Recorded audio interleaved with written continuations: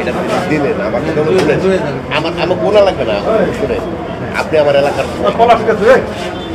একটা জিনিস কি আপনারা অনেক এগুলো আমি মনে করি না আমার আমি দেবো আপনার সুন্দর করে আমি করে দেবো সুন্দর করে দিয়ে সুন্দর করে এটা যদি উনি চাপে হলে আবার ইও করে একটু খুব হয়ে যাবে আমি আমি আমি তো আমার চাপে হেলায় না আমি আমার কথা শুনে আমার চাপে নেয় ও বালে কিছু যায় আসে না এরপরে যাওয়ার পর আমার কাছে আইসেন তার কি করি আমি দেখি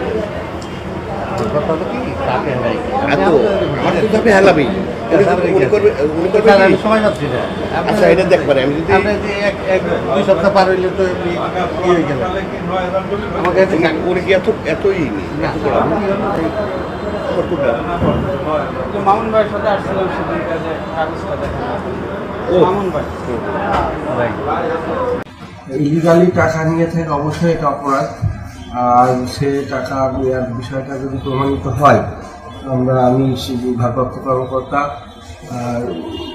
সদর মহাফেজখানা এবং সাব রেজিস্ট্রার সদরকে এ বিষয়ে আমি তাকে সতর্ক করে তার কাছ থেকে জবাব আহরণ করতে বলবো এবং তার তার তার লিখিত অভিযোগের প্রেক্ষিতে আমরা তার বিরুদ্ধে যথাযথ ব্যবস্থা